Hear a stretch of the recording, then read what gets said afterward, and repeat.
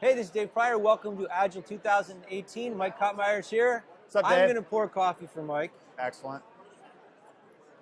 in his shiny new Leading Agile mug. There you Best go. logo ever. So, here at the conference, your talk is tomorrow, It is. 3:45. Yep. Agile Transformation Explained. Yep. And I want to talk about some of the specific things that you mentioned in the talk. Okay. So, the first is business agility. Okay. Which that word, those two words are used together all over the place. Yeah. How would you define what business agility is? Well, so business agility is really about an organization's ability to be able to respond to the changing needs of its market. So I think sometimes what we do is we confuse agile with the ability to actually change your market, right? Yeah. Well, so Agile's a means to an end, right? To the extent that adopting Scrum or SAFe or whatever leads to business agility, we win. To the extent that we're going through the motions of Agile without actually changing our ability to respond to our market when we learn new things, then we don't win. So you're just doing stuff fast, but you're not. Yeah, so that's fascinating, right? I mean, we go down this path all kinds of different ways, but maybe we're doing things fast, maybe we're not. Maybe we're applying Scrum, maybe we're not. Maybe even we get Agile perfectly going in a development organization, but the value stream is way broader than just the actual delivery team itself. Don't you think it's true that a lot of organizations that pursue Agile see that as, like, if we get the Agile, the leg comes down and magical things happen and there's unicorns. So that's a big part of what we're going to talk about tomorrow is I think a lot about like leading and lagging indicators. And to some degree, you know, the adoption of Agile can be a leading indicator of a lagging indicator, which is business agility. But that's a hypothesis, right? Sure. So if I've got a small team and I'm able to teach them Scrum and they start doing Scrum, that could be a leading indicator that they can put things in market too fast, or they can put They can put things in market faster, but let's say their release management processes are such, or they're getting bogged down someplace else in the system.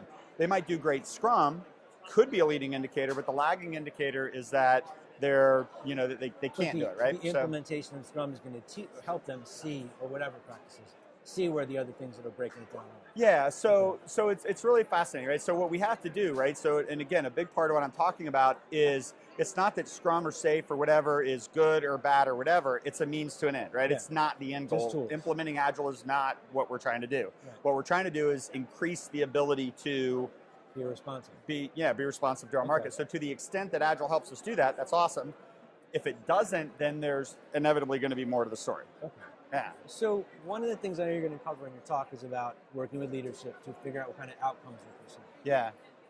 If you walk in there and they don't really have a firm grasp on what Agile actually is, which many of them have kind of a skewed view of what it is. Yeah.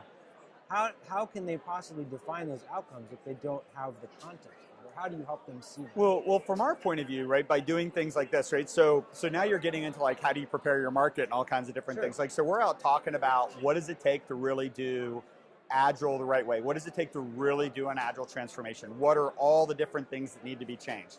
And so we're educating through white papers and speaking and all these different things. And so the people that hear our message and go, oh, that's really smart, then they'll call us. And then the people that call us, we spend a lot of time with educating and educating and educating and educating before we get on the ground and kind of start to do something.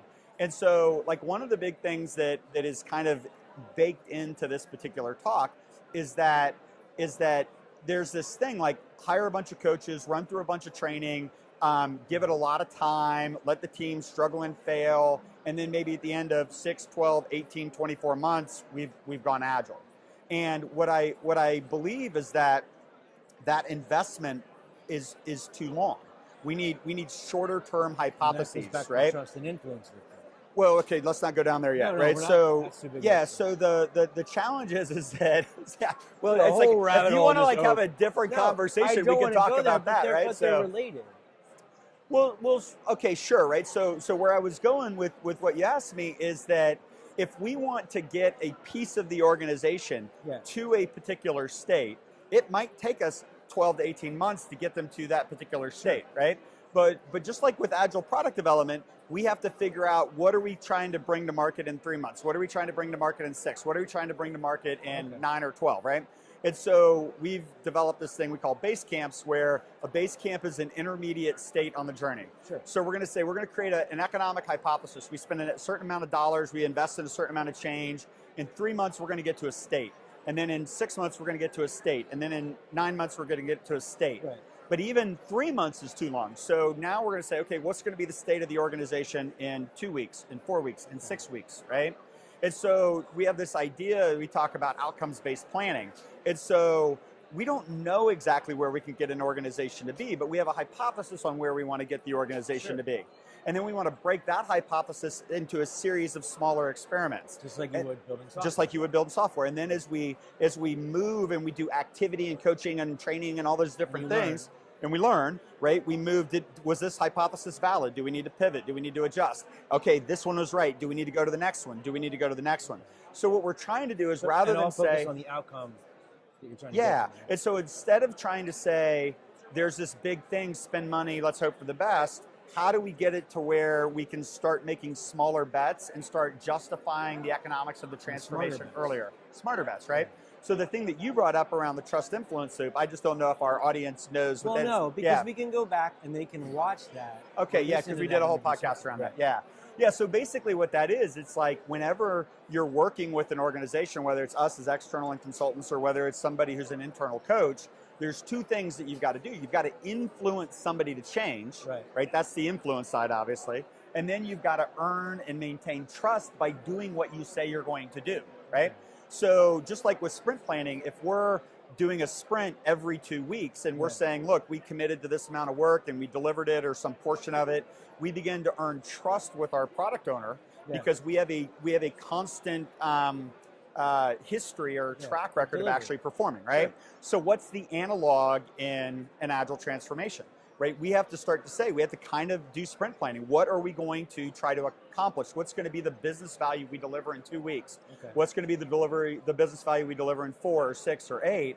But then that's tracking towards a release, if you want to extend the metaphor out, right? So really, all we're really doing with kind of this expeditions-based camps, outcomes-based planning, is trying to make the unit of value of a transformation not be a coach showed up and did some stuff, or you ran a bunch of people through training and hoped for the best. And then it all So if you're going to actually orchestrate a transformation, what are the slices of the organization that you're going to break apart? You're building a structure for it to survive. Absolutely. And then you're going to bring them to a state, and then you're going to move them to the next state. But even getting there's a series of intermediate hypotheses, right? And that's all stuff. It's just the stuff that we're talking about with software product organizations, trying to apply the same rationale.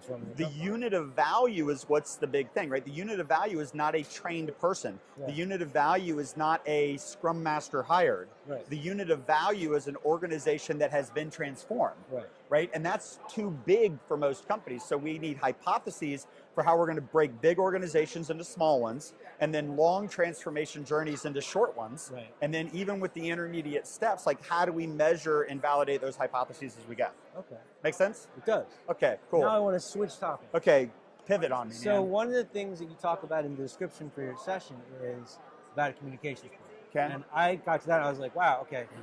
I've never heard anybody in Agile really talk about communication plans the way I know them from being stuck in that waterfall. Yeah, back in the PMI world, right? Yeah, so when you talk about an Agile communication plan, can you describe what that is and how it works? You know, man, I'll just tell you, I don't think it's actually any different at the end of the day.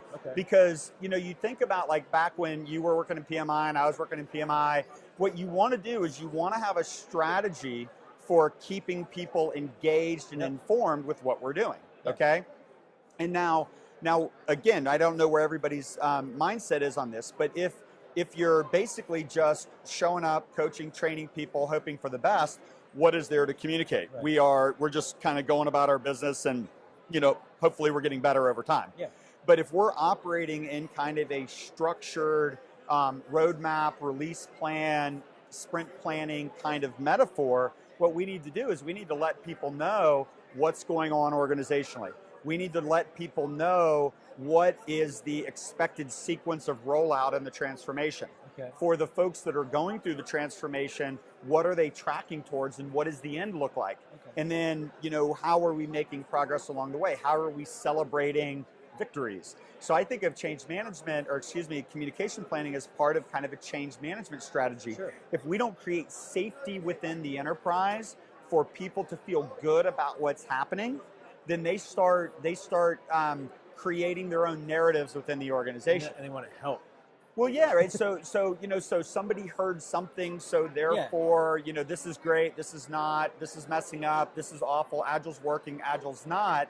And that, what you find is that may or may not be true in the scheme of things. And so communications planning is really about how do we, control might be a little heavy, but how do we influence the narrative? You're managing risk of them coming up with their own story. Well, people in the absence of information will kind of make up a narrative, right? They're trying to make sense of the world. Yeah, and for the transformation company, you're minimizing the risk of your customer being like, the guy's been here 8 weeks, I see nothing. Well, okay, yeah, so I can wear two hats. So as a person who runs a transformation consultancy, it's important for us to have influence over the narrative. See, back to the loop. Well, there you go, right? So you're not having to constantly like pat down fires all over the place, right?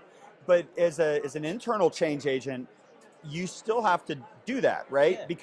Because somebody's making an investment, and while we get paid externally, they get paid internally. They're still responsible for their performance. Right. They still have stewardship over that organization. So the message of the transformation, the story needs to be told. Yeah. And so status reports, we probably don't do as much of that kind of stuff, but having office hours and having things that go out in corporate communications. I know it sounds a little wonky for us, but it's like you have to figure out what are the mechanisms in the organization to get that out. One of the coolest things I saw was at Walmart, they had some coaches that would sit in the cafeteria all day long, ask us about Agile. And anybody could come up whenever, and just spreading the word and letting people know. Yeah, absolutely, right? And that kind of thing can be part of your communications plan. Okay. I was working with another client a couple years ago, and we did this really cool thing where they brought in everybody into the auditorium. There were like 350 people in the auditorium. There were 350 people that were joining remotely across the globe.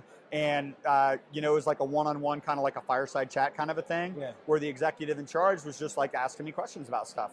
And we're just talking about in real language what was going on. It was like town hall, that's the word I was looking for. Yeah, absolutely. Okay. All right, so I got one more. Okay, shit. One of the things I know you're going to talk about in the session is about structure. Yeah. And for a lot of people that are pursuing, a lot of the folks you talk to, the senior level people, they want Agile. Yeah. What is the most common misunderstanding they have about structure? Well, so in Agile, we talk a lot about teams, okay? And we know that we need teams, but teams can be all kinds of different things, right? I mean, the developers can be a team, the QA testers can be a team, the analysts can be a team, the project managers can be a team. People that are responsible for a project can be a team. People that are responsible for, maybe a set of features can be. So like, what is a team? And so we have a hypothesis around what is a well-formed Agile team. And so when I talk about structure, what I'm talking about is we need to have teams that are complete, they're contained, they're encapsulated, they're relatively dependency-free, because Agile requires this team-based ecosystem to really work. And so what's happening is that people are using this word team, applying it to people that aren't teams in the way that Agile intends, and then applying Agile practices, and it doesn't make sense, right? What does it mean to be an Agile team that does Scrum if you're on 6 or 7 other teams?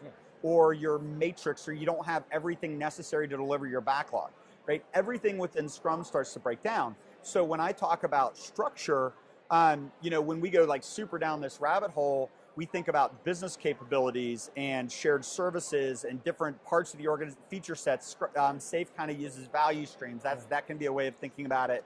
But you have to have an organizational hypothesis for how you're going to group people into potentially autonomous units. So they kind of have to be willing to buy into that.